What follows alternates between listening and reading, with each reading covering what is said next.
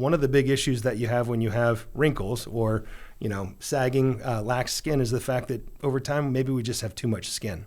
So is there a way that we could remove skin at a fractional level to where you don't leave a scar and you don't actually have to have a facelift? Because this could be a really unique vertical in and of itself.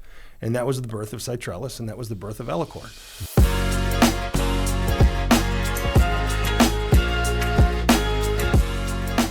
Hello everyone, and welcome back to the Technology of Beauty, where I have the opportunity to interview the movers and shakers of the beauty business.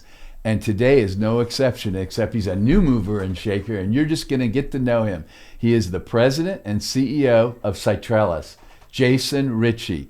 Thank you, Jason. Where'd you come in from today? I actually flew in from Houston this morning, but before that I was in Boston, so I've been bouncing around a lot. You can imagine launching a new product, a lot of places to go, a lot of things to do, so we're having some fun. So yesterday you were in Houston? Yes. Okay, and yes. This morning you flew in? Yes. Well, I want to thank you very much for coming in from Texas to be on the Technology of Beauty. It's my pleasure. Thank you for having me. Are you kidding? I can't wait to interview you and get to know you better and hear a little bit more about Cytrellis and where you're going to take that company. Sure, absolutely. Fire away. Okay, well, let's start with this. Where did you grow up? I grew up in southern Indiana, so spent... A Hoosier? I'm a Hoosier. Okay. Born and bred, and I went to Indiana University, and then definite Hoosier. Yeah, real time. And then 3 days after graduation, moved to Texas, and where I started my medical device career. I started in IV infusion systems, then moved into neuroscience and cardiac surgery, and then back in 2018, dipped my toe in the aesthetic waters. So okay, well, hold on. We got to go back a little bit. I want to develop this. Was that one company you did all that with from the time you graduated with? You meant IV therapies? You said? Right. So I started with a company called B. Brown, okay, which is a German company out of Melsingen, Germany, which okay, does IV infusion systems as well as spinals, epidurals, brachial plexus blockers, stuff that you'd see in the cath lab. Then in 2001, I moved to a company called Cyberonics, which was a first of its kind company in the neuromodulation space for treating patients with chronic and recurrent seizure disorder. Okay. So that was where I really got the idea that, I really like disruptive technology. Okay, and you're in Texas at that point? That's correct. Okay. That's correct. So I was in Austen, Texas for 15 years doing that. Had a 5-year stint overseas in Brussels, Belgium, running the international front of that company. And then in 2015, we merged with an Italian cardiac surgery company called Sorin Group to create a company called LivaNova. And in that, I was the president of the neuromodulation franchise as well as the president of North America. Okay. So, yeah. Okay. Nothing to do with aesthetics, as you can imagine. That's fine. That's good. I mean, that's common for a lot of people. Right. So you're in med tech. Correct. Right? Correct. And you're still in Austen at that time. Correct. So, and that takes us through what year? That takes us, well, I'm in Houston at that point in time. Okay. I'd been to Brussels from 2011 to 2015. Back half of 2015, I moved back to move into a president role in this new company called LivaNova. And you're at LivaNova starting in what year? Well, LivaNova was formed at the end of 2015. Okay. And so that was when I came back to the United States, repatriated, and then took over that division of the company. And you're living where at that time? Houston. Okay. Yeah. And that's where you live now? It's where my main home is. I also have an apartment in Boston. Yeah, so right. I think I live in Boeing airplanes. So did you transition from that position to this most recent one? No, actually, before that, I was recruited to Cutera back at the beginning. Well, actually, around the beginning of 2018, I received a call from James Reinstein, who was the president and CEO of Cutera. Yep. He was looking to hire a COO to really come in and really do a couple of key things. Number one was to streamline the supply chain that we had within the company. Two was to get a spark behind the call it the R&D engine, if you will. And three was really to double down on the international growth opportunities of the companies, because I'd been really fully immersed in international growth for a long period of time with Cyberonics and LivaNova. So I was recruited to join him in the middle of 2018, spent 3 fabulous years at Cutera as the president and chief operating officer, and then had the opportunity to come to Cytrellis shortly after. And that was your first exposure to aesthetics, That's right? correct. That's was correct. with Cutera. Yeah. Did you move back to I was Cutera? commuting from Houston to the Bay Area every Yeah. week for 3 years, so you can imagine that was a bit of a heavy lift. But I spent a lot of time at the corporate office, a lot And of that's time. pre-Zoom calls. Pre-Zoom. Yeah, exactly. Wow. Yeah. Well, I had not heard that. So you actually were in aesthetics starting in 19 then? In 18. 18, Yeah. okay. Yeah. So then did the phone ring? I mean, how did you get it? How did you leave Cutera and go to Cytrellis? Well, I was actually on vacation in Cabo, and I received a call from a good friend of mine with Hydric and Struggles, and he said, "Hey, I've got a really unique opportunity for you." And I said, I don't know if right now is the best time to talk about it. I'm actually on the beach. Wheeling in a marlin or something? Yeah, exactly. But he goes, "Look, I'm going to send an NDA your way. I want to talk to you about this unique technology." And I'd heard about this from a couple of other aesthetic professionals all the way back in, I want to call it 2018, 2019. I was like, well, it sounds very interesting, but I'm pretty happy where I am. I haven't really thought of making a move. But when I learned about this technology, I learned about the pedigree of where it came through Austen and Rox Anderson, Mass General, Harvard. And getting back to what I really like doing, which is these disruptive technologies. It's creating a new vertical in a space. I thought, this might just be the right time. I'd never done a startup before. Everything before this was publicly traded companies. And it was just one of these things to where I said, I'm a little scared, but at the same time, I'm so intrigued. This is something I really want to do. Because we have incredible backing from our financial syndicate. The group that's on board to support this company is phenomenal. The technology is disruptive and has incredible IP. And, I had a chance to build a team. And to build a team from scratch. And so it was one of those things to where I looked at it and I was like, challenge accepted. This is pretty cool. And what was your start date? I started on June 1st of last year. So June 1st of 22. Okay. Yeah. So you're coming up on your 1-year anniversary then. Yeah. Hard to believe. Yeah. And have you commercialized? And I know you have. So what kind of revenue in your first year are you going to see? Well, we'll see. We launched the product in October of last year. In our first quarter, we did $5.3 million worth of revenue, which is pretty darn good. Yep. Often in that Q1 phase, you get sort of this dip because, Q4 is Christmas, then Q1 is like a nuclear winter. We didn't have that. We actually did another $5.3 million in our first quarter, or in Q1. So we're up to 10.6, and we're off to a really positive Q2. It's kind of hard to say exactly where it's going to go. We haven't guided that way right now. We're really just kind of learning, step by step as we go through this. But all signs suggest that we could do probably 25 or more this year. But this has been the first time, Grant, that I've ever had a board that's been so thoughtful to say, hey, take your time. And, you can imagine with publicly traded companies, it's how fast can you go? And then can you go a little faster? And this was a board that came and said, we want you to take your time, be thoughtful, pick the right doctors, who pick the right patients, who build the right expectation to get the best outcomes. And that was just one of these incredible feelings of, wow, I'm in the right spot. These guys really get it. And so that's what we've been doing. We've been really thoughtful about who we're going after from a physician perspective. We're really only focused on tier 1 dermatologists and plastic surgeons. Tier 1 meaning board certified aesthetic device veterans. They know the space.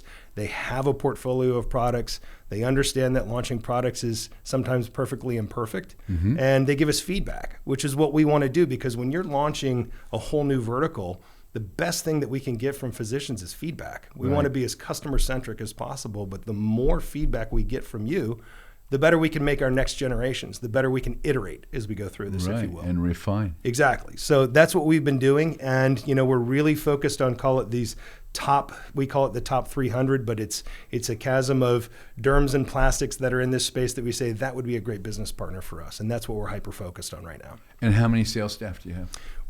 We've got a sales model that's very similar to what you've seen in other aesthetic industries before. So you've got these area sales managers, which are our capital equipment reps. We have 12 of those today, and we have 8 practice development managers. Okay. So the ASMs are focused on seeding the market. So it's working with the dermatologists and plastic surgeons to create the interest, create the buzz, and to hopefully make a transaction decision on the device. And then the practice development management team is the part that's just near and dear to my heart, because that's when our relationship with you begins. With so many other aesthetic devices, it's if you don't like your rep, just buy something from them, you'll never see them again. Right, exactly. Right? Ours is the exact opposite. It's, look, if you buy this product from us, we want to be beside you every step of the way. Right. So our practice development management team is hyper-focused on integrating with you, your patients, and your practice. Boy, do I have someone for you to talk to when you're done with this interview. Oh, yeah? He's sitting right out there.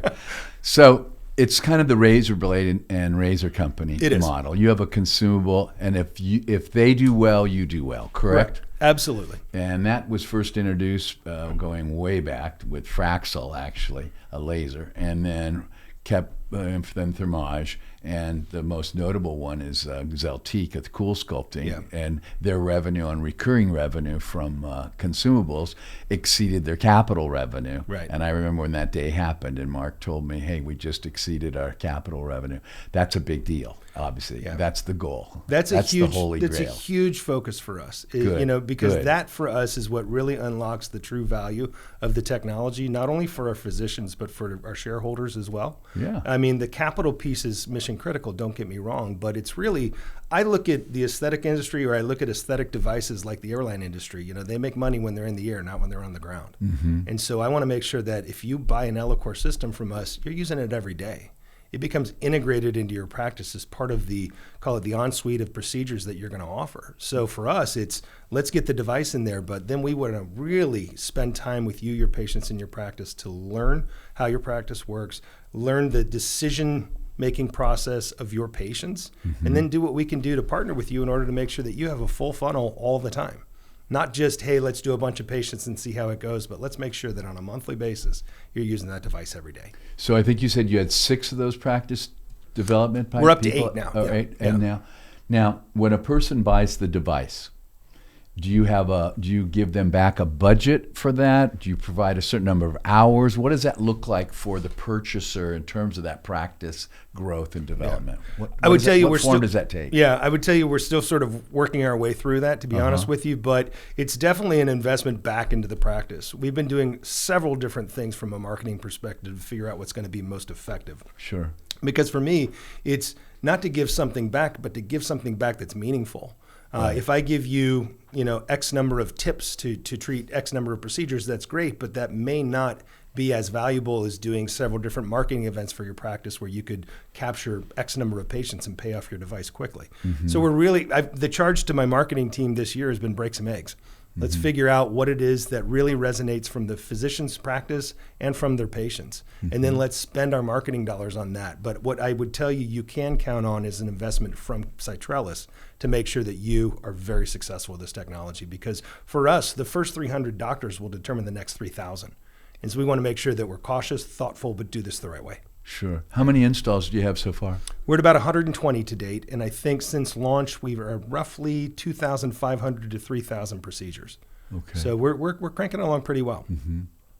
And you want to have 300 core installs? Yeah, at least. Probably by the end of this year, maybe? That's the goal, yes. Right. Okay. And right now it's top tier derms and plastics, right? Correct. So I assume that means also facial plastics and ocular plastics. So all plastics and derm and aesthetic derms. That's right? correct. That's correct. Yeah, we all board certified. You said all board certified. Okay, absolutely. So that has been, when I first got to the company, we had to kind of figure out, okay, where are we going to go first? And we said, you know what, time out. We have one chance to get this right. So let's really focus on people that we can partner with. It's not just, hey, it's a dermatologist or a plastic surgeon, but also they're aesthetic veterans. They're comfortable with new technology. They're comfortable with giving us feedback.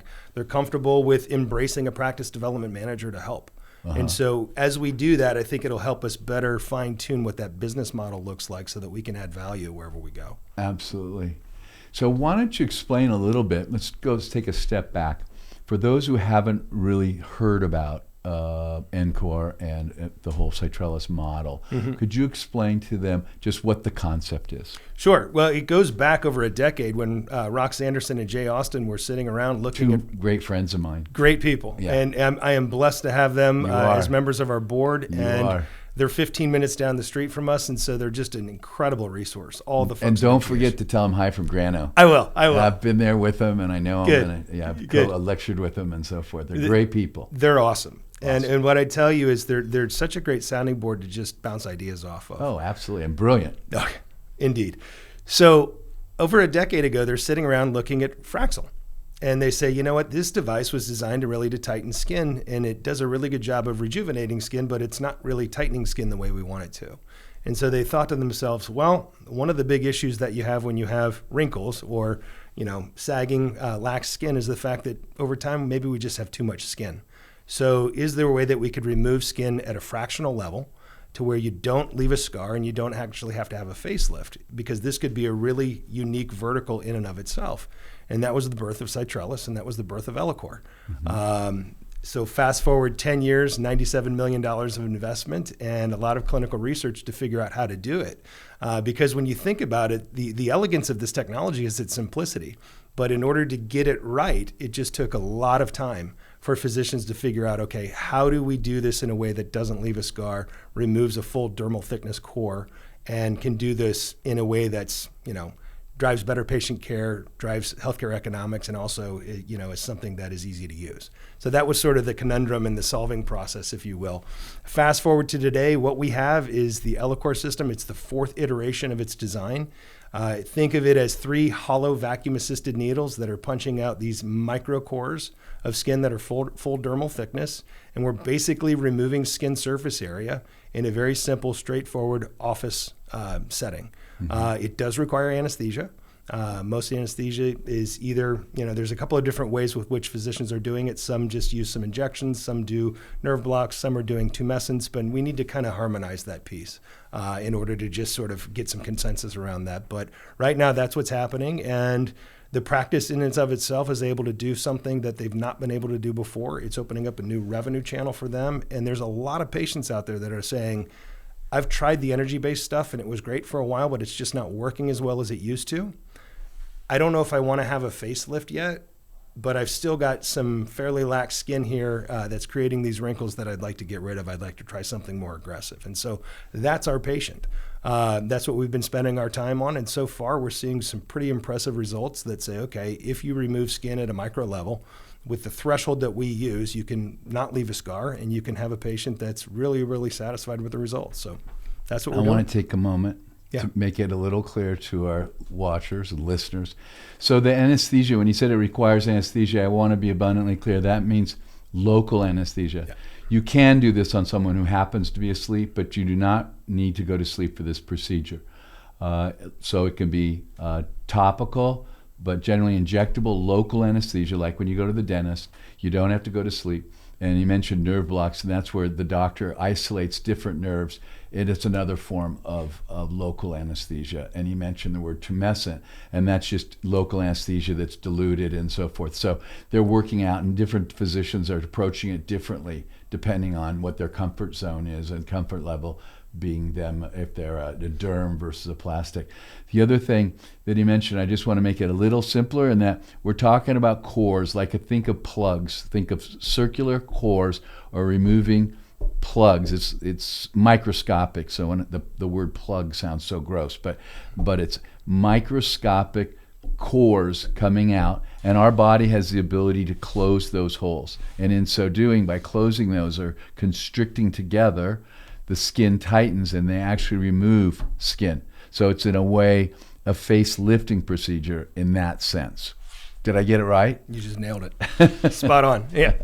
I've had this discussion before, and it's all very, very exciting. And especially you mentioned lasers. I do want to comment on that, because you were talking about frustration and they may have reached the end of the road. I would actually disagree with you. I think they're accretive. I think doing this and subsequently various lasers and I'm not going to endorse one versus another, although I do have some that I'm much more fond of than others, and I've been involved in lasers since 1983. Yeah. So I know a lot about lasers. But I don't see this as a replacement of lasers at all, no. But rather a complementary device or technology, or vertical, to use your term. Why not do the skin removal or multiple skin removals? We'll get to that. And then refine the skin, the texture, the contour, the color, with whatever your particular laser is. I don't mean at the same time. I mean subsequent. You don't have to have one thing that does everything, right? What you're doing is tightening skin by removing skin. Why not buff the skin out with a beautiful laser? Yeah. So I mentioned can a person have more than one of these? Absolutely. So I would just want to agree with everything you just said there. So don't think of this as Ellacor or nothing. It really can be used in combination with energy-based technology. It can be used in combination with a facelift that we're seeing a lot now. Sure. Periorally, just the plastic surgeon pivoting from fully ablative CO2 to Ellacor for that area. So very interesting. But I do agree with you that this is not in and of itself something that needs to be used, but really it's something that you can use in combination with everything else that's available. What we're seeing in terms of our patients is typically it's a process. So in order to stay below the scarring threshold, we can only remove so much skin at one period of time. So the maximum amount of skin that you can remove in one session is 8%, which is quite a lot of skin, right? Keep in mind that the downtime of the patient will kind of coalesce with the percentage of skin that you remove, right? Sure. It'll be very much in line with what that is. But most patients are typically doing 2 to 3 procedures. Most of our physicians are selling this as a package of 2. And if they want to have a third procedure, they can come back in and get that done at a reduced rate in most scenarios. But I think it's one of those things to where it's all about building expectations. You can go as much as you want. We have some patients that have done 4 and 5 procedures, but most patients are usually 2 to 3. The benefit of this is that there is no scar tissue buildup because the core, we're punching a full dermal thickness core that, as you mentioned, just causes upon itself. So that is a pretty interesting thing to see in and of itself. We're able to remove skin and the body just biomechanically repairs itself in a way that causes no scar tissue. What typically happens is they'll do a procedure, they'll wait about 4 weeks, and then come in for a second procedure. And it really just depends on the patient and their treatment goals. If they want to have silky, smooth skin with no wrinkles at all, maybe it's going to take 2 or 3, maybe it's 4 procedures. Some patients, though, believe it or not, do really well with just one. So I know you know that from years of practicing medicine. Every patient's different, and I think that that's important for the physician is just to build that expectation up front. That is, this could be 1 and done. This could be 2 or 3 in order to get you to where you want to be. So when you talk about 4 weeks, is that the company recommendation, a 4-week window between treatments? That's what we did in the pivotal, so that's what we recommend for sure. So if a person, though, chooses to wait 6 or 8 weeks because of personal things, there's no harm, correct? No harm at all. And likewise, do they lose or do they remove 8% of the treated area each time they come in? No, that's adjustable by the physician. So what we typically see, and I think that this is probably the best way to sort of figure out best practice, is we err on the side of caution, which says, first procedure, maybe you just do 5%. And let's make sure that the patient responds well. Let's make sure we're sure that the practice is comfortable with this. We want to make sure that we're teaching the right technique. The benefit is that the healthcare provider and the patient, if they choose to do so, can always increase if they want up to 8. But we're seeing incredible results just at 5 because, when you're removing that amount of skin, that's not an insignificant amount. When you think about thousands of cores on either side of your face in order to treat our current label and indication, it's not an insignificant amount. Yeah. I've seen the results. Yeah. And you just mentioned periocular too, and perioral. I mean, not periocular, perioral. And that's a new area that hadn't been discussed early on. And I'm seeing some of my very good friends and colleagues doing that and experimenting in that area with the lipstick bleed lines or the smoker's wrinkles, whatever you want to call them, and tightening and lifting the upper lip as well as rejuvenating the perioral area, which is an area oftentimes neglected and addressed through mainly lasers. Right. But now the Ellacor Cytrellis technology seems to be one that's being used with increasing frequency around there. I'm sure, there's going to be some changes in how that approach is done. And I can see the day where every facelift could have that done. It could. I think this is our process of going through this year and kind of figuring out where our sweet spots are going to be. But to your point, upper lip for me has been a really exciting, call it throughput, if you will, because treating the upper lip is not easy. And you've got a lot of people that want to get, a shortening of the upper lip, and doing that surgically is not without some challenges. And so the results we've seen are encouraging. We still want to see more as we go through this. But when I think perioral procedures, I do think Ellacor could come out as, a really promising technology for this space because it's a tougher space to treat. And, you can use energy-based technologies. They work well, but they don't work well for everybody. So this may be an alternative for them that they can try that out. Yeah. Or again, adjunctive. It could be. Or together. Yeah. Not simultaneously, but again, that could be the first step. And the second step could be part of the icing on the cake that I do with my facial rejuvenation patients and take care of them with a Cyton laser. Yeah. Okay. You mentioned a little bit of the pricing. I mean, not in terms of how much, but you mentioned some persons could buy 1, 2, maybe 3, or however many. Have you introduced or have you thought about either yourself or partnering with some institutions so that you could provide a subscription model? So rather than paying just one lump sum, but rather you have convenient, affordable monthly payments and come in, say, 3 or 4 times over the first year, some whatever that looks like for 6 months. Have you thought about doing anything like that? We've tossed it around a little bit. We're not there yet. I think what's been really nice for us is that in launching this product, our physicians have mostly paid cash, which is kind of a big pivot from physicians to you? Physicians to us have paid cash, and then the patients are just paying cash in these packages. I think that what's nice about Cytrellis is with our investor syndicate, we have a lot of optionality. This is a group that's fully committed to seeing this thing be successful. And so as we think through it, there may be some different ways that we price this technology. It's just a matter of kind of figuring out when and how. Mm-hmm. So far, interestingly, pricing hasn't been an issue. At some point, it will become one, I'm sure. But at this point in time, I think the physicians that are excited about the technology are comfortable with the capital acquisition price, and the patients haven't really given too much pause to what the cost would be to do this procedure.